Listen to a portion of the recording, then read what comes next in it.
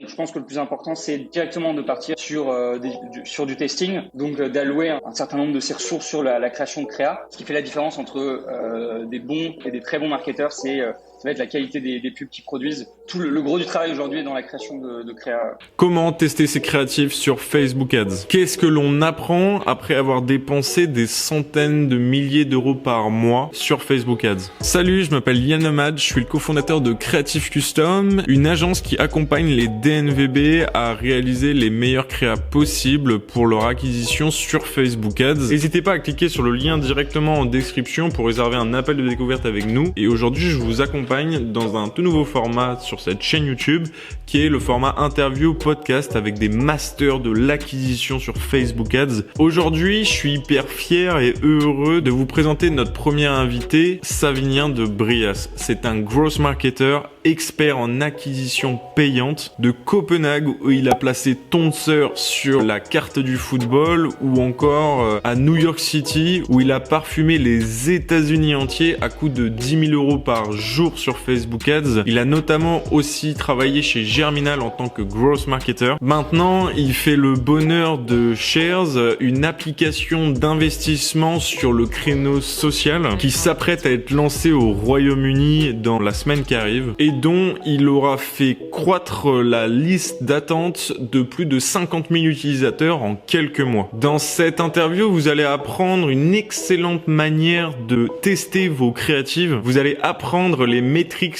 que Savinien regarde pour définir si une créa est winneuse ou non. Vous allez aussi apprendre, si vous êtes un e-commerce et que vous êtes bloqué dans votre scale sur Facebook Ads, des conseils pour justement casser ce plafond de verre et scale vos dépenses sur Facebook Ads tout en étant rentable. Et aussi, vous allez apprendre les best practices d'un homme qui gère des budgets entre 200 et 300 000 euros par mois sur Facebook Ads. J'ai vraiment aimé sa franchise et son honnêteté. Il a apporté énormément de valeur pendant notre échange. Tous ses conseils sont hyper actionnables. Alors si Facebook Ads, l'acquisition sur Facebook Ads est un sujet qui t'intéresse, je te conseille vraiment de rester jusqu'au bout de cette vidéo et j'espère que tu en apprendras autant que moi dans cette interview. Salut Savinien, comment tu vas? Salut Yann, super. Trop bien, bah, merci beaucoup d'avoir accepté mon invitation sur ce tout nouveau format de podcast interview avec Creative Custom. Est-ce que on pourrait commencer par te présenter. Est-ce que tu pourrais nous expliquer pour les gens qui ne te connaîtraient pas encore, qu'est-ce que tu fais aujourd'hui? Plaisir, merci beaucoup de m'inviter Yann. Je suis Savinien de Bria. Et j'ai 27 ans et je suis aujourd'hui grosse marketeur chez Shares, dont on va parler, qui est une app d'investissement sur le créneau social qui s'apprête à être lancée au Royaume-Uni dans quelques semaines et en France bien sûr bientôt. Donc voilà. Et c'était quoi un peu ton parcours avant de rentrer chez Shares? Je sais que tu es allé chez Germinal, que tu as travaillé aux États-Unis aussi. Est-ce que tu peux nous expliquer un peu qu'est-ce qui t'a amené à maintenant travailler chez Shares en tant que growth? Écoute, avant ça, j'ai travaillé pour différentes petites structures, à chaque fois des startups. J'ai toujours été dans la tech. J'ai commencé par une appli qui s'appelle Tonseur, une appli mobile pour footballeurs, pour aider les footballeurs en club, notamment les jeunes, à mettre en avant leur talent et qui sait être opéré par des recruteurs. Ensuite, j'ai bossé chez Germinal, donc que beaucoup connaîtront, je pense. Et j'ai en effet travaillé non pas aux États-Unis puisque j'ai pas eu la chance de pouvoir y partir, mais j'ai bossé pour une boîte basée à New York qui était un e-commerce de parfums qui s'appelait Dossier, qui cartonnait, donc c'était très intéressant. Ouais. Et j'ai rejoint Shares en septembre dernier. Est-ce que tu peux du coup nous expliquer ce que c'est Shares? C'est une très jeune entreprise. Shares, c'est une boîte qui a été immatriculée il y a à peine 9 mois et qui, malgré ça, compte déjà plus de 100 employés et a levé 10 millions pré-produits. Donc c'est une histoire qui est née avec Benjamin Chemla, qui est le cofondateur et CEO de Shares, qui à ses débuts comme investisseur il y a 2 ans de ça, au moment du crash pendant le Covid, au moment où ils ont annoncé tous les confinements, toutes les mesures, a eu envie évidemment de se mettre à l'investissement. Il s'est mis en quête d'informations sur les sujets financiers et il s'est rendu compte que c'était pas du tout évident de d'avoir accès à cette information. Et il s'est rendu compte également qu'il avait des potes qui étaient beaucoup plus calés que lui sur le sujet. Donc il a évidemment commencé à discuter avec ses amis, à leur demander des infos sur quoi investir, leurs recommandations, leurs conseils, etc. Donc là il a eu une révélation sur ce qu'allait devenir Shares. Il a expérimenté finalement le MVP qu'allait devenir Shares, puisque il discutait sur WhatsApp, il partageait des screenshots de leur portfolio sur les différentes applis, et finalement il s'est rendu compte que l'expérience n'était pas si fluide que ça, et que il n'y avait aucune application qui permettait de centraliser toute cette communication entre potes autour de conseils d'investissement, et le fait notamment aussi de pouvoir voir où ses amis investissent, plutôt que des gens sur des forums Reddit ou des forums financiers un peu douteux. Donc voilà, l'idée c'était de centraliser tout ça, permettre une expérience fluide avec ses potes qui sont qui sont gages de confiance quand il s'agit d'investir pour la première fois, ou même d'aller plus loin dans ces investissements. Donc voilà. Et donc Share, ça se lance ce mois-ci au Royaume-Uni. Ouais. Et dans les mois qui viennent en France. Ouais, c'est la prochaine licorne, sûrement. De voir ce que ça va devenir. On nous le souhaite. Ouais. On nous le souhaite. Chez Shares, à l'occasion de gérer beaucoup de budget d'acquise et budget publicitaire sur Facebook, et il y a une première question qui me vient, c'est comment tu structures ton acquisition sur Facebook Ads? Est-ce que tu fais des campagnes très simples, des structures de campagnes très simples, tu fais juste du call, du retargeting, ou tu vas aller chercher des structures plus compliquées? Écoute, faut savoir qu'aujourd'hui, donc le produit n'a pas encore été lancé, donc on n'a pas encore fait de campagne d'acquisition de téléchargement d'app installs. On a fait croître jusqu'à aujourd'hui une liste d'attente sur Facebook, via Facebook Ads et d'autres plateformes, sur TikTok, sur Snap, sur Google. Aujourd'hui, la manière dont on structure le tout, c'est très simple. On a des campagnes de broad, donc en top of funnel. Et ensuite, on a éventuellement du retargeting qui, sur de l'acquisition de leads pure, n'a pas été forcément pertinent par rapport au fait de simplement pousser du broad. Structure de campagne très simple. Ouais, okay. Broad, et on va discuter de la manière dont on structure les broads, mais beaucoup de testing, de créa évidemment, parce qu'on a des budgets assez intéressants. Ouais. Et est-ce que tu gères différents canaux d'acquisition à part Facebook Ads, et si oui, comment tu fais pour les faire fonctionner ensemble? Par rapport aux différents canaux, donc comme je te disais, on pousse du Facebook. Aujourd'hui, on poste du TikTok, du Snap, qui sont avérés être les canaux les plus performants. Google dans une moindre mesure aujourd'hui. Demain, évidemment, quand on va pousser des campagnes de UAC pour du téléchargement d'applications, Google va devenir très probablement un canal très important pour nous. Ce qui diffère en fonction des différents canaux, ça va être surtout la création de contenu. On va mettre en avant. On va avoir du contenu finalement qui est propre à tous ces canaux. Ça va être le contenu très TikTok friendly, très top of funnel, des vidéos très engageantes qu'on va pouvoir pousser à la fois sur TikTok, évidemment. TikTok va finalement être performant que à travers ce contenu aussi. Snapchat également, et Facebook pour tout ce qui va être top of funnel, surtout story, feed évidemment. Mais pour Facebook, on va pouvoir aller plus loin, on va pouvoir créer du motion, du statique, faire des pubs qui vont être moins engageantes, mais qui vont être pour autant performantes sur le feed notamment. On va en parler, mais qui vont demander moins de ressources en ce qui concerne la production. Donc voilà, c'est ça aujourd'hui qui va distinguer une plateforme de l'autre. Quel impact a pour toi les créas sur ton media buying, et est-ce que c'est devenu quelque chose de primordial maintenant? Et si oui, pourquoi c'est important de travailler ces créas? Je pense que si on avait eu cet entretien il y a 5 ans, je t'aurais pu te parler. On va évidemment discuter en détail de la méthode de discussion qui reste très importante. Mais finalement, une très bonne méthode de diffusion de publicité sans créa, c'est rien aujourd'hui. Les réseaux sont tellement saturés de contenu de très haute qualité, et la guerre pour l'attention des utilisateurs sur TikTok, Snap, Facebook et consorts est tellement intense que ce qui fait la différence entre des bons et des très bons marketeurs, ça va être la qualité des pubs qu'ils produisent, qui va leur permettre de non sellement d'aller chercher des métriques importantes pour leur business, mais surtout d'aller pouvoir faire durer ces pubs dans le temps et de pas avoir une saturation d'audience ou une ad fatigue rapide. Tout le gros du travail aujourd'hui est dans la création de créa. Ce que je pense tu valideras. Je valide cette théorie, ouais. Complètement. Tu dois créer énormément de créa, et du coup tu dois en tester énormément. Est-ce que tu as une méthode à nous partager pour tester ces créas créa? Il y a clairement une méthode Ouais. que j'ai développée avec le cofondateur de Dossier, pour qui pour revenir un peu de contexte, on vendait sur le marché américain des parfums. Et pour ça, donc on avait des gros budgets. Donc l'objectif c'était d'aller chercher les CPA les plus bas possibles évidemment et les ROAS les plus importants. Ouais. On avait des budgets très importants, ce qui faisait que très rapidement, on saturait nos audiences des créas qu'on poussait. Donc, l'objectif, c'était de créer toutes les semaines 10, 20, 30, 40, 50 pubs qu'on allait tester et qu'on allait éventuellement intégrer si les métriques étaient bonnes à des campagnes de scale pour aller chercher à nouveau des ventes et des ROAS intéressantes. Cette méthode, on peut en discuter. L'objectif, c'est de créer un maximum de créas possible, sans rentrer trop dans le détail, mais je pense que c'est quand même important. On va créer. Alors, il y a deux écoles. Il y a les gens qui vont utiliser l'outil dynamique de Facebook. Moi, je crois pas tellement. Enfin, je suis pas fan de cet outil. Je pense que c'est intéressant si, on a des budgets qui sont pas forcément très importants et on veut aller vite.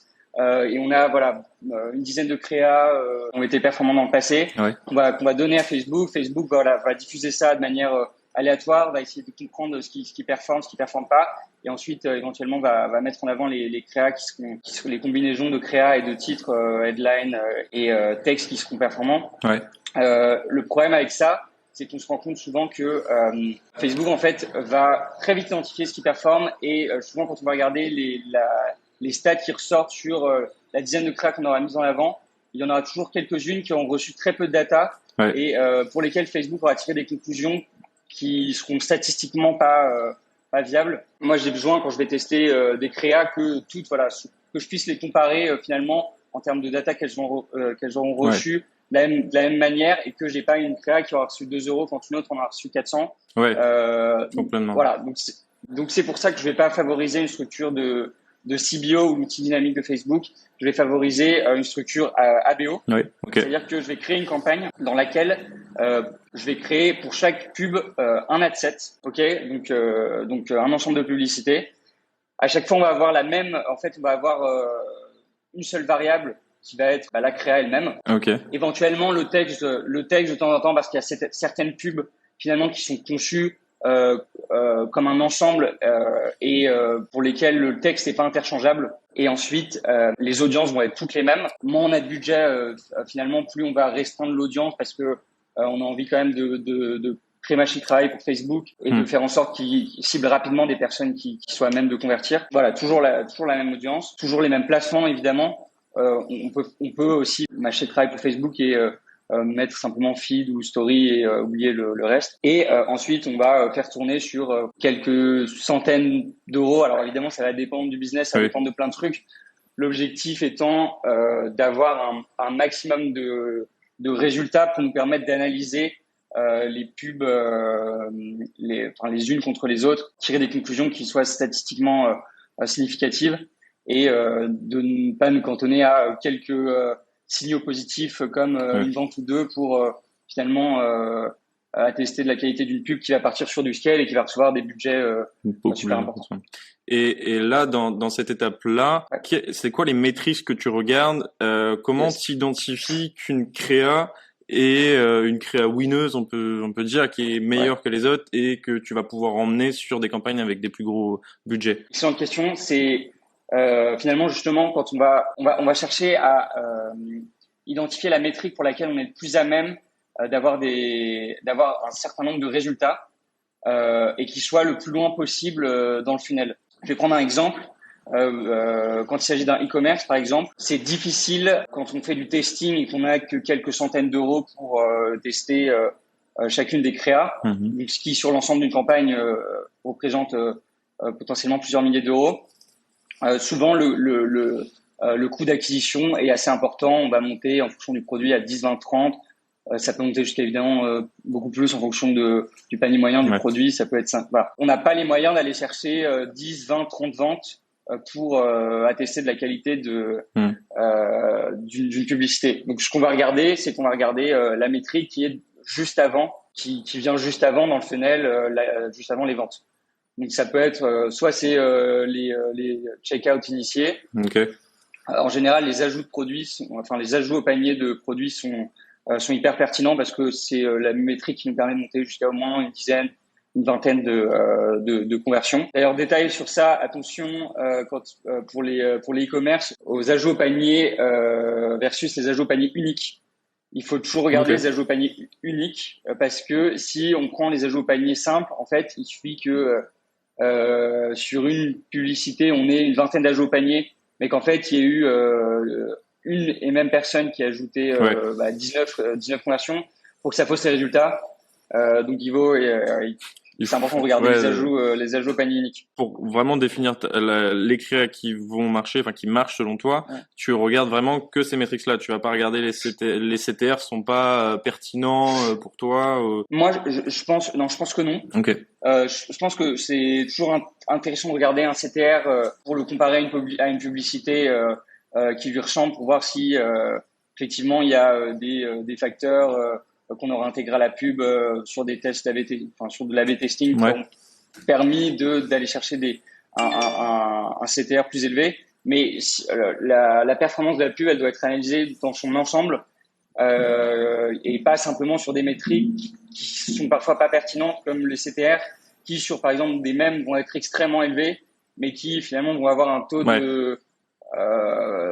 de conversion sur le site qui va être faible dans la plupart des cas. Donc, je pense que c'est hyper important, de toujours comparer une pub à une autre sur l'ensemble du funnel. Et donc, pour ça, de prendre une et même métrique qu'on aura identifiée, qui sera propre à son business. Si je reprends l'exemple d'un e-com, souvent, ça va être les ajouts au panier.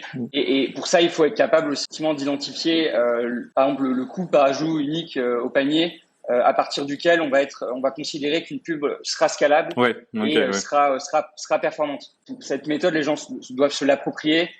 Chaque business a ses spécificités. Et il y a un autre élément qui est aussi intéressant, c'est au niveau des CPM. Là, je rentre sur du niche. Ouais, mais justement, c'est intéressant de parler technique et tout, et pas rester sur le dessus, vraiment rentrer dedans. Yes. Écoute, ce qui est intéressant, c'est sur ce que j'ai constaté personnellement, c'est que les CPM, en fait, évidemment, varient d'une publicité à l'autre, qui évidemment peut influer sur le coût final d'achat au panier. On peut avoir une pub qui a des taux de conversion, donc des CTR et des taux de conversion sur le site qui sont plus performants qu'une autre publicité, mais parce que cette pub aura un CPM qui sera plus élevé, finalement, son coût final d'achat au panier sera plus élevé et donc moins intéressant sur l'ensemble de la performance. Ouais. Donc ça, c'est logique. C'est pas évident à analyser, mais en fait, ce que j'ai constaté, c'est que les CPM, en fait, finalement, sont plus ou moins constants, on va dire, quand on ajoute une pub au scale, on va retrouver un CPM qui aura pas nécessairement varié énormément du testing au scale, ce qui fait que c'est fiable. Finalement, c'est une métrique qu'on peut laisser de côté et c'est fiable de regarder le coût final d'achat au panier, qui est une métrique qui peut être contre-intuitive finalement par rapport au fait de regarder les taux de conversion directement. Voilà, on va rarement avoir une pub qui du testing au scale va avoir des CPM qui vont varier de 50%, ce qui finalement est possible sur d'une pub à l'autre. Facebook va évidemment valoriser le contenu qui est engageant, que les gens vont avoir envie de consommer. Par exemple, pour un e-commerce qui spend, on va dire 10K par mois sur Facebook Ads, donc pas encore des budgets hyper importants, il a du mal à augmenter ses budgets tout en restant rentable. Qu'est-ce que tu lui conseillerais de faire pour pouvoir augmenter ses budgets et du coup scaler ses budgets et scaler son e-commerce avec Facebook Ads? C'est quoi les étapes ou les tips and tricks que tu pourrais lui donner à faire pour qu'il puisse justement augmenter ses budgets tout en restant rentable? Finalement, je pense que l'erreur première d'un e-com qui va avoir des petits budgets, tu parlais de 10 000 euros par mois, ce qui est déjà en soi un budget intéressant. Je pense qu'on parle de e-commerce qui ont un product market fit, génèrent déjà un chiffre d'affaires mensuel intéressant et peuvent se permettre d'investir un certain budget de ces ventes dans la pub sur Facebook. Je pense que l'erreur à ne pas faire, c'est de partir directement sur des campagnes de scale, sur des pubs qu'on n'aurait pas testées en amont. Le risque de faire ça, finalement, c'est de cramer tout son budget sur des publicités qui sont pas pertinentes ou qui permettent pas de générer des ventes à des coûts intéressants. et finalement de se retrouver avec un budget qui est cramé sur des pubs qui sont pas performantes et devoir repartir à zéro sans même savoir les pubs qui sont à même de convertir. Donc je pense que le plus important c'est directement de partir sur du testing, donc d'allouer un certain nombre de ses ressources sur la création de créa. Pour commencer, je pense que on n'a pas besoin de partir sur 150 créa, 20, 30, 40 c'est beaucoup. Enfin voilà, pour commencer déjà une trentaine de créas, c'est déjà très très bien. Ces créas, donc les tester au travers de la méthode dont on a discuté. Finalement, cette méthode, elle s'applique aussi bien aux entreprises qui ont un petit budget comme aux gros. La seule différence qu'on va avoir, c'est que pour les grosses entreprises, on va être capable d'avoir des apprentissages très rapides, puisqu'on va pouvoir dépenser 50, 100, voire plus sur chaque publicité. Pour des business qui auront des budgets moindres, on va pouvoir simplement simplement allouer des petits budgets sur chacun des ensembles de publicités. Simplement, ça va prendre plus de temps, mais c'est pas nécessairement un problème. Mettre 10, 20, 30, si possible, euros sur chacune de ces créas, laisser tourner et au fil du temps, couper les publicités qui performent moins, pour lesquelles on a des signaux qui sont clairement négatifs, et allouer le budget des pubs qui ont été coupés sur les pubs qui continuent de tourner, et progressivement chercher à identifier idéalement 4 à 6 publicités, puisque c'est un des best practices, c'est d'intégrer 4 à 6 publicités par ensemble de publicités dans ces structures de scale. Trop de valeur là, c'est trop cool, tu partages beaucoup de valeur. Et ma question qui venait ensuite, c'était la même question, mais pour quelqu'un qui dépense 100 000, entre 100 et 200 000 euros par mois. Est-ce que du coup, c'est à peu près la même technique? Ça va être de tester énormément ces créas et de les intégrer après sur une campagne de scale, ou ça diffère un peu pour des budgets qui sont 10 à 20 fois plus gros? Ben écoute, la méthode, oui, va être la même. Simplement, la différence entre une entreprise avec des petits budgets, c'est que elle va saturer évidemment moins rapidement son audience, donc elle va avoir besoin de moins créer de publicité, alors qu'une entreprise qui va dépenser des milliers d'euros par jour en Facebook Ads, elle va très rapidement saturer son audience de ces publicités. Qui fait, il va falloir renouveler quasiment toutes les semaines les publicités pour apporter du contenu frais sur la table, et que les gens aient pas l'impression d'être et qu'il n'y ait pas une fréquence d'impression par pub qui soit trop élevée, ce qui évidemment à terme est néfaste pour les performances du compte et le business lui-même. À ce scale-là, comment tu fais pour créer? C'est quoi tes process pour générer toutes les créas que tu dois fournir à Facebook pour justement éviter cette ad fatigue? Bah écoute, ça demande effectivement, à partir du moment où on a des belles ambitions sur Facebook et la volonté d'aller chercher toutes les semaines les mêmes résultats de manière constante, ça demande de créer énormément de créa, que ce soit du statique, de la vidéo, du motion. Donc d'avoir non seulement un process de création de ces publicités qui soit bien ficelé, mais aussi évidemment des pros, des designers avec qui bosser. Donc, nous personnellement, on a un système de sprint. On bosse avec on a nos designers en interne, et on bosse aussi avec des prestats avec lesquels on marche sur des systèmes de sprint pour créer chaque semaine un certain nombre de créas, que ce soit comme je disais, du statique, du vidéo, du motion, pour tester toutes les semaines finalement sur Facebook, obtenir des apprentissages de ces phases de testing, pour ensuite itérer et à partir des apprentissages qu'on aura obtenus, optimiser la création de publicités et pour aller plus loin et éventuellement baisser évidemment les coûts d'acquisition. Ce que je voulais dire, c'est que évidemment le process de création de contenu varie en fonction du type de contenu qu'on va chercher à produire. Pour de la vidéo, évidemment, ça va être beaucoup plus chronophage, ça va demander des ressources beaucoup plus importantes. Il va falloir travailler avec je t'apprends bien évidemment. Il va y avoir un travail de script, de cast, de tournage. On va falloir pas se planter au niveau du tournage. Il y a évidemment toute une série de best practices. Encore une fois, je t'apprends rien. Qu'il va falloir respecter pour attirer l'œil de l'utilisateur, les fameux scroll stoppers, la durée de la vidéo, etc. Ça évidemment c'est les pubs, c'est les pubs avec la plus grosse variance, la plus grande variance en termes de performance. Voilà, c'est-à-dire on peut aller chercher.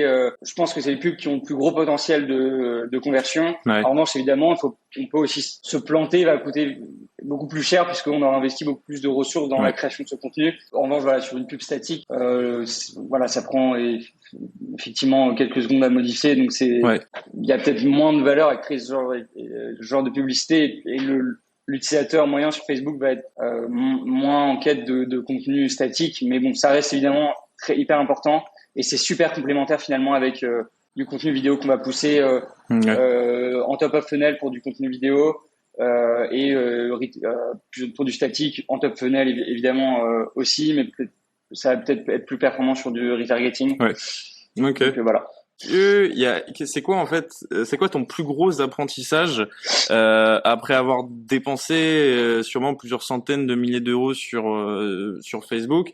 C'est quoi ton plus gros apprentissage, quelque chose que tu ne savais pas avant que tu débutes ou quand tu étais encore débutant sur Facebook Ads et que maintenant tu es à un niveau beaucoup plus élevé? Qu'est-ce que tu as appris en dépensant ce budget-là? Je pense que c'est vraiment cette méthode de testing finalement qui est indispensable à la bonne santé, à la croissance d'un compte Facebook à terme. C'est sans aucun doute la méthode de testing. L'apprentissage important que j'ai développé avec mes différentes expériences, c'est non seulement cette méthode de testing, mais en plus on n'a pas discuté. Je pense que ça peut être intéressant de l'intégration des publicités au scale. Il y a toute cette méthode de testing qu'on a décrite.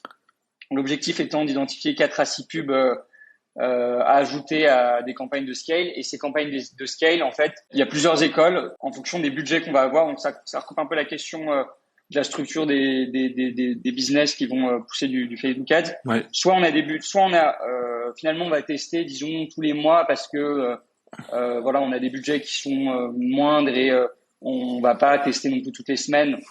Donc une fois qu'on aura identifié 4 à 6 pubs, on va pouvoir les scaler sur plusieurs semaines.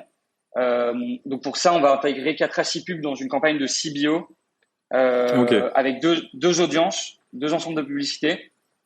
Le premier qui sera broad, le second qui sera du lookalikes à 10% optimisé sur idéalement voilà la métrique la plus avancée du funnel. Donc pour un e-com, ça va être de l'achat. Ok. Donc ça, on va pouvoir laisser tourner régulièrement. En revanche, là où c'est intéressant, c'est que pour un business qui dépense énormément d'argent, donc parler de plusieurs milliers d'euros par jour, en fait, on va avoir des besoins en renouvellement de contenu qui seront quasi hebdomadaires.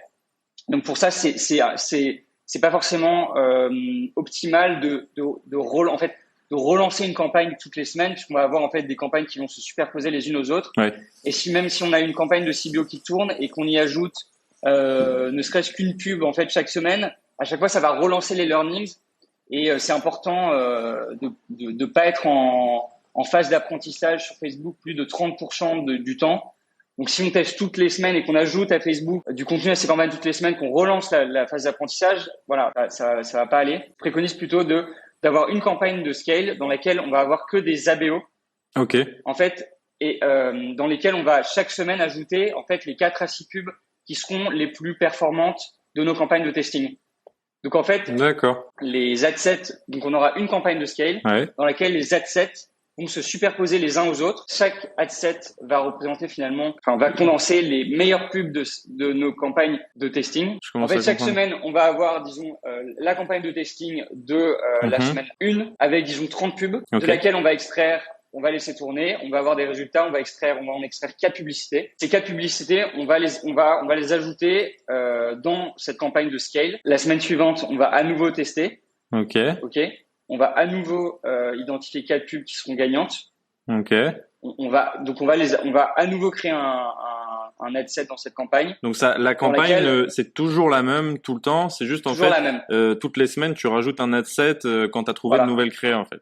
Et du coup, ça. Exactement. Ok, d'accord, complet. Et en fait, étant donné que c'est des ABO, c'est-à-dire que le budget est géré au niveau de l'ensemble de publicités, en fait, on relance jamais en fait les apprentissages d'un ensemble de publicités. À terme, si par exemple, disons qu'on lance ce process sur 10 semaines, au bout de 10 semaines, si on part du principe qu'on a chaque semaine 4 pubs qui sont gagnantes qu'on va extraire de nos campagnes de testing. Au bout de 10 semaines, on aura 10 ensembles de publicité dans notre campagne de scale. Et en fait, ce qui serait intéressant, c'est qu'on va pouvoir gérer le budget, en fait, en fonction le budget de chaque ensemble de publicité, en fonction des performances de chacun de ces ensembles de publicité. Donc, disons que chaque ensemble de publicité est intégré au scale avec un budget de, disons, 100 € par jour. En fait, si sur un jour 1, l'ensemble de publicité en question a des bons résultats, on va augmenter de 20% les budgets. Ok. On va pouvoir gérer ces budgets chaque jour et allouer évidemment le budget aux ad sets qui performent bien et donc pousser les pubs qui sont les plus performantes. Ok. Je sais pas si c'est clair. Ouais, complet. Si, c'est carrément clair. Et il y a une petite question qui me vient sur ces ad sets là. Quand t'es en ABO, tu mets quoi? Tu mets du broad du coup? C'est des ad sets, c'est des ensembles de publicité qui sont amenés à ne pas bouger finalement. Donc très rapidement, au bout de 50 conversions, vont sortir de la phase d'apprentissage. Donc oui, on a intérêt à ce que ça tourne sur le long terme. On parle de scale, donc oui, le broad, encore une fois, il est adapté. Encore une fois, ça dépend de chaque business. Sur des petits budgets, on a plutôt intérêt à limiter ça peut-être à du lookalikes, à 10% ou moins, en fonction de la scalabilité de nos budgets, mais sur des gros budgets, clairement du broad. Et toujours dans cette campagne de scale, quand par exemple tu arrives à la 10e semaine et que il y a le premier batch de créa de la première semaine qui commence à sous-performer, là tu baisses, tu vas baisser au niveau de l'adset le budget. Voilà. Trop bien. Merci en tout cas de toute la valeur sur l'acquis que tu nous as donné gratuitement comme ça, c'est trop cool. Il y a juste pour finir l'interview, j'aimerais te poser juste des questions très rapides. On appelle ça les rapid fire questions. Je réponds juste très rapidement. Et la première, c'est est-ce qu'il y a un marketeur, un événement ou une ressource que tu conseilles de suivre? Écoute, moi, à mes débuts, j'ai beaucoup consommé de contenu d'un gros hacker américain qui s'appelle toujours Brian Balfour, qui a un petit blog qui a pas bougé depuis longtemps. Je trouve que c'est très théorique, c'est que des articles très poussés. Ok, que je recommande vraiment pour aborder un peu la théorie autour du gross. Donc je trouve ça intéressant. Plus récemment, dans tout ce qui est création de contenu, je trouve ça intéressant que vous poussez vous perso sur LinkedIn. Kudak aussi, je trouve ça intéressant ce qu'ils font. Je trouve que les marketeurs prennent conscience que la valeur se trouve dans la création de contenu aujourd'hui. Moi, j'axe beaucoup mes recherches par rapport à ça sur ça aujourd'hui. Okay. Donc voilà, c'est trop cool. Ouais, voilà. C'est bien, non, c'est génial comme réponse. Et est-ce que tu as un livre que tu adores, que tu nous conseillerais, que ça soit aussi bien dans le business que la créativité ou autre, peu importe, mais est-ce que tu as un livre à nous conseiller? Alors moi je sais qu'en dehors du travail, je préfère consommer du contenu plus culture que business. En revanche, j'ai un livre qui m'a été reco par une amie à moi qui vient d'être maman d'ailleurs, que j'embrasse, il s'appelle Marie Blaise, et qui m'a reco un livre qui s'appelle Ego is the Enemy. De Ryan Holiday, qui est assez intéressant, je pense, dans le travail de tous les jours, qui montre simplement que voilà, l'ego n'a pas de place quand il est mal contrôlé dans le business, et que en fait le livre s'appuie sur plein d'exemples de personnes connues qui à un moment ont fait face à des situations dans lesquelles, voilà, s'ils avaient mal géré leur ego, mal contrôlé leur ego, ils auraient pu ruiner leur carrière. Je pense que c'est un livre qui est assez intéressant et qui est applicable finalement dans toute carrière. Tu le connais? Ouais, j'aime beaucoup Ryan Holiday. J'ai pas encore lu Ego is the Enemy, c'est ça? Ego is the Enemy. Ouais. J'ai lu Obstacle is the Way et j'ai beaucoup kiffé ce livre. J'avais eu plein de notes et tout et je les relis de temps en temps pour me rappeler. Mais ouais, vraiment trop cool Ryan Holiday. Si tu pouvais te donner un conseil à ton toi d'il y a 1 an pour devenir un meilleur marketeur, ça serait quoi? Alors, il y a un an, il y a relativement peu de temps, mais non, je pense que ce qui est important, c'est que si je peux donner un conseil de manière générale aux gens, ou même si je m'étais donné un conseil il y a un peu de temps, c'est le fait de faire des choses, de